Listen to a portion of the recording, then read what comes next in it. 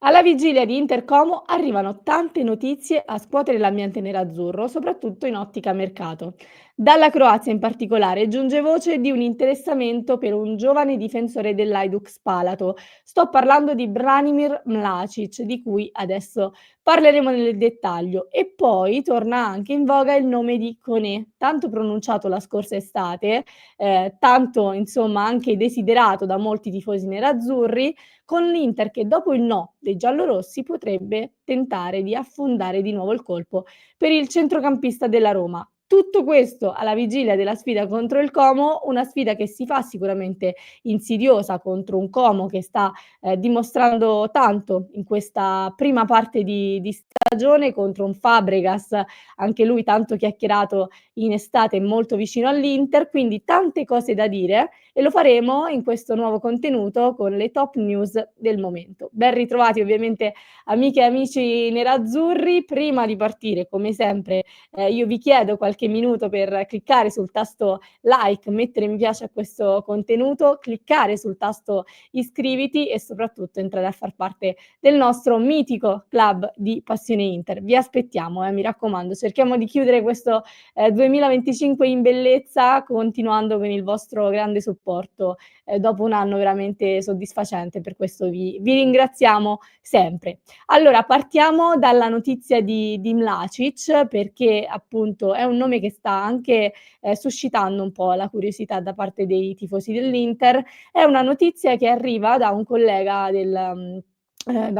croato, che si chiama Sucic tra l'altro, e c'è anche una connessione con Sucic, adesso vi spiego, che si è molto sbilanciato perché ha detto che la trattativa tra l'Inter e l'Hajduk Spalato è già fatta all'80%, quindi insomma si è già molto sbilanciato, con il giocatore che sarebbe favorevole al trasferimento a Milano e gli agenti del giocatore che si sono presentati già più volte a Milano per dialogare, ecco, con la dirigenza dell'Inter. Diciamo che l'interesse per Mlasic non stupisce più di tanto, perché è un profilo che è molto in linea con la visione Octree, stiamo parlando comunque di un giovane,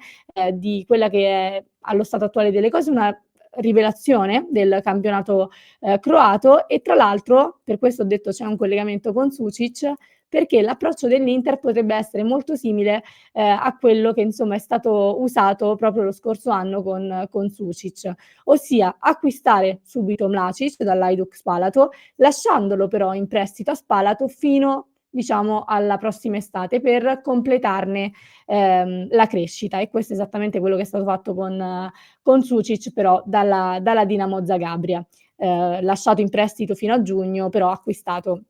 a gennaio. Conosciamolo meglio però questo giocatore, vi porto come sempre, la scheda. Stiamo parlando di un giovanissimo perché ha appena 18 anni, un classe 2007, nazionalità appunto croata, è alto 1,92, quindi una bella stazza a livello di altezza, è un difensore centrale che milita attualmente, nell'Hajduk Spalato e nella nazionale under 21 croata. 11 presenze quest'anno con la maglia dell'Hajduk Spalato e 2 assist, collezionati. Questo è un po' diciamo la carta d'identità di questo giocatore, ma vi do anche la descrizione, testuale del giornalista croato che ha lanciato la notizia, perché secondo me ci permette di avere un quadro un po' più completo, nonostante a breve comunque approfondiremo. Sucic parla di un giocatore giovane e talentuoso che ha bisogno di molti minuti ed esperienza prima di diventare il giocatore che molti pensano possa essere. Al momento è tra i primi 3 giocatori under 20 della Croazia. Branimir è un difensore che gioca con la palla, è alto e snello e prima di diventare titolare in squadre più importanti deve sviluppare il tono muscolare, ci dice. È molto bravo a leggere il gioco e intercettare, ma può ancora migliorare in quasi ogni aspetto. Aggiunge, non è il difensore centrale più veloce di sempre, ma non è neanche lento. Le sue posizioni migliori sono quella di difensore centrale destro in un 3-5-2 o di difensore centrale destro in sistemi difensivi a 4. Poi dice: Branimir non è pronto per la prima squadra dell'Inter, ma non ha senso schierarlo in primavera. Quindi da qui ci arriva, diciamo, una descrizione di un giocatore molto acerbo se vogliamo, no, un giovane giocatore che si sta facendo adesso in un club, come l'Hajduk Spalato, lui dice: "Non è pronto allo stato attuale delle cose per una squadra come l'Inter", o meglio per una prima squadra, ecco, ma non è neanche un giocatore da primavera. Qui forse entra proprio in gioco il discorso legato all'Under 23, perché ricordiamoci che comunque, l'Inter ha creato questa nuova squadra proprio per, fare da ponte, no, tra il livello della primavera e il livello della prima squadra, quindi chissà che non possa, diciamo optare eventualmente, per portarlo nell'Under 23, farlo crescere nell'Under 23 e poi vederlo eventualmente in prima squadra. Questa potrebbe essere un'opzione, l'altra opzione è quella che dicevamo prima, ossia di tenerlo, in prestito allo Spalato, all'Hajduk Spalato e poi eventualmente portarlo in prima squadra. Ovviamente stiamo parlando ancora di supposizioni, nel senso che i dialoghi tra i 2 club ci sono, quindi l'interesse dell'Inter sicuramente c'è, bisogna capire che tipo, di cioè che cosa si può fare con questo giocatore per cercare di valorizzarlo al meglio. Buttarlo subito in prima squadra ovviamente, non penso che sia la soluzione, diciamo, più ottimale, soprattutto per lui, però appunto l'Inter ha diverse opzioni, ecco, eventualmente per fare il percorso giusto. Vi racconto un po' di lui, perché Mlasic è cresciuto nel settore giovanile dell'Hajduk Spalato, ha esordito quest'anno in prima squadra, durante i play-off di qualificazione all'Europa League. In estate era ancora dietro nelle gerarchie, però con le sue prestazioni, e soprattutto con alcune cessioni da parte del club, ha avuto molto più spazio e in questo momento ha acquisito anzi un ruolo centrale all'interno della squadra. Per questo è sicuramente un giocatore, in crescita e l'ha dimostrato anche il fatto che l'Hajduk Spalato ha blindato il giocatore con un rinnovo fino al 2029. Questo è sicuramente un forte, segnale di fiducia e anche probabilmente un modo per tutelarsi, ecco, in future trattative, anche perché sul giocatore non c'è solo l'Inter, ma, c'è anche il Marsiglia e soprattutto l'interesse del Real Madrid. Quindi stiamo parlando comunque di un giocatore che è sotto la lente, di diversi club, europei e questo sicuramente ci dice tanto. Andiamo però a conoscerlo un pochino meglio, perché come sempre vi porto anche un po' di statistiche per studiarlo meglio e per conoscerlo meglio e per vedere quelli che sono poi i punti di forza e i punti deboli, se vogliamo. Allora, Mlasic l'abbiamo detto, è un difensore centrale e la cosa su cui si distingue positivamente, quindi da questi dati possiamo vederlo subito, è diciamo la forza nei duelli aerei. Lui spicca nei duelli aerei con 29 duelli vinti e il 72,5% di successo. Quindi è molto efficace, ecco, nei duelli aerei e potrebbe essere, diciamo molto utile, sulle palle inattive, che è un tema tra l'altro di questa stagione dell'Inter, i gol subiti da palla inattiva. È un giocatore che sicuramente predilige il gioco corto ed è più efficace nel gioco corto, con 508 passaggi riusciti e il 92%, di precisione, quindi molto, molto preciso, riesce ad impostare, l'azione diciamo in modo efficace, riesce a creare anche qualche occasione, lo vediamo 3 occasioni create, ma attenzione non è particolarmente incisivo nei lanci lunghi, non è molto preciso nei lanci lunghi, appunto con una precisione da appena 30%. Quindi sicuramente a livello diciamo di piede educato, se vogliamo definirlo così, non è un difensore come Bastoni che è sempre molto, preciso, è molto più bravo nel gioco corto, quindi occhio ai cambi di gioco, occhio ai lanci lunghi, occhio alle verticalizzazioni, perché in questo, possibilmente ancora pecca, ma può crescere anche sotto questo punto di vista. Ha un buon senso della posizione, 22 palloni recuperati, 7 intercetti e 7 tiri bloccati, da quello che vediamo dalle statistiche. Nei duelli corpo a corpo vince il 61,1% dei contrasti e non è quindi molto, molto dominante, cioè è affidabile, ma non si può dire che è un giocatore dominante. Lo diceva anche prima,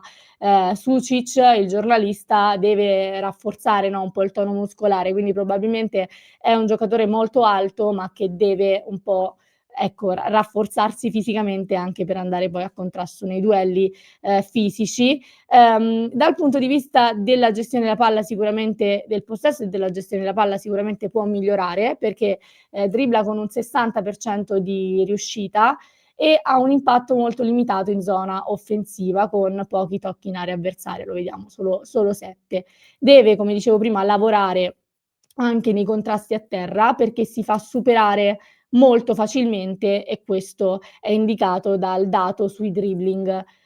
subiti. Quindi da quello che stiamo vedendo ovviamente è una panoramica generale, bisognerebbe vederlo con costanza in campo, però sicuramente stiamo parlando di un giocatore che ha delle qualità, che sicuramente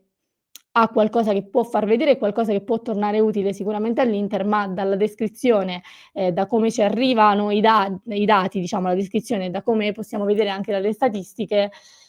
probabilmente è un giocatore che deve ancora crescere. Quindi eventualmente, mi aspetterò e mi aspetterei una gestione, diciamo, graduale, di crescita graduale, con o un'esperienza magari nell'Under 23 nerazzurra, oppure magari appunto tenendolo in prestito nella Dux Palato ed eventualmente poi vederlo approdare in prima squadra, ma per permettere veramente a lui di crescere anche senza pressioni, no, diciamo sempre che i giovani, vanno in un certo senso valorizzati, ma anche tutelati. Per un giocatore che ha iniziato adesso, diciamo, no, nel calcio dei grandi, se così vogliamo chiamarlo, perché comunque l'esordio in prima squadra è arrivato, questa stagione, ha ancora poche presenze, è difficile che possa essere già pronto per un club come l'Inter. Quindi è un nome che sicuramente può stuzzicare per caratteristiche, però prendiamo sempre tutto con le pinze, perché ovviamente stiamo parlando di un talentino, che probabilmente avrà i suoi margini di crescita e dovrà, insomma fare anche degli step, no, intermedi, come è giusto che sia.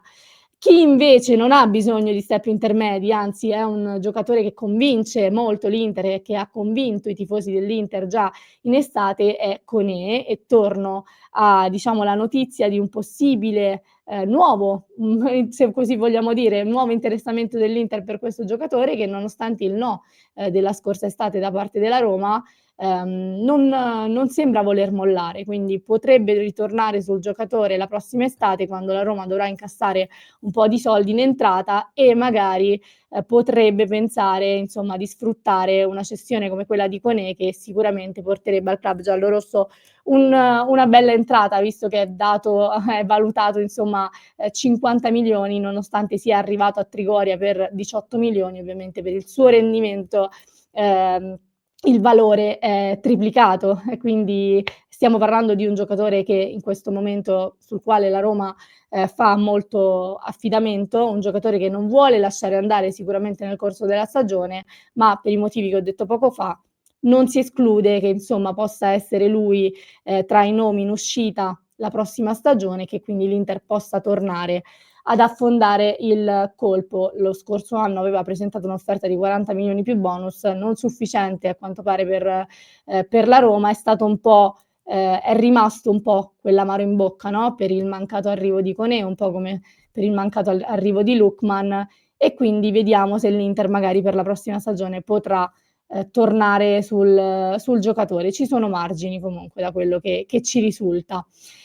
Chiudiamo ragazzi, prima però di chiudere non posso non fare una piccola parentesi su quello che abbiamo già adesso, perché stiamo parlando tanto di mercato, di futuro, ma pensiamo sempre,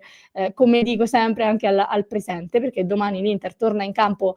contro il Como dopo aver strappato il pass per i quarti di finale, di Coppa Italia grazie a una bellissima vittoria contro il Venezia, con il contributo di tanti giovani, con il contributo insomma di tanti giocatori che spesso vediamo meno, con un Diouf che sicuramente ci sta sorprendendo, anche qui tutto da prendere con le pinze, perché ovviamente, ci vuole ancora tempo, però sicuramente sta facendo vedere delle cose interessanti ed è arrivato anche il suo primo gol in maglia nerazzurra, quindi, segnali positivi. Per la partita di domani, lo dicevo all'inizio, partita molto insidiosa, scontro diretto a tutti gli effetti per l'Inter, Chivu probabilmente tornerà ad affidarsi alla formazione titolare e a proposito di Diouf resta comunque il ballottaggio sulla corsia di destra con Dumfries e Darmian che purtroppo ancora non riescono a rientrare. C'è l'ipotesi Carlos Augusto ancora a piede invertito, ma in questo momento sempre a piede invertito sembra essere in vantaggio Diouf. Dovrebbero tornare titolari i vari diciamo, senatori rimasti in panchina contro il Venezia, quindi Sommer tra i pali, e questo è già un tema perché so che molti vorrebbero rivedere Martinez, Akanji, Bastoni, Barella, Çalhanoğlu, Lautaro, Di Marco, insomma, formazione titolare con Sommer tra i pali, Akanji, Acerbi e Bastoni in difesa, Diouf in questo momento in vantaggio a destra con Di Marco dall'altra parte, Barella, Çalhanoğlu e la mediana in questo momento in mediana in vantaggio Zielinski su Sucic, ma vediamo perché è rientrato anche Mkhitaryan, l'abbiamo visto tornare in campo proprio nella sfida contro il Venezia, chissà che Chivu insomma non deciderà di farlo partire dal primo minuto. Coppia d'attacco titolarissima Lautaro Thuram con un Thuram reduce da una doppietta e da una bellissima prestazione contro il Venezia. Tutti i discorsi su Inter Como però li approfondiremo nella diretta di oggi delle 19:30, quindi vi aspetto come sempre qui su Passione Inter, vi aspetto nei commenti, vi leggo e lascio un contenuto al link in descrizione per chi ci sta ascoltando in podcast. Se invece ci state seguendo su YouTube vi basta cliccare qui.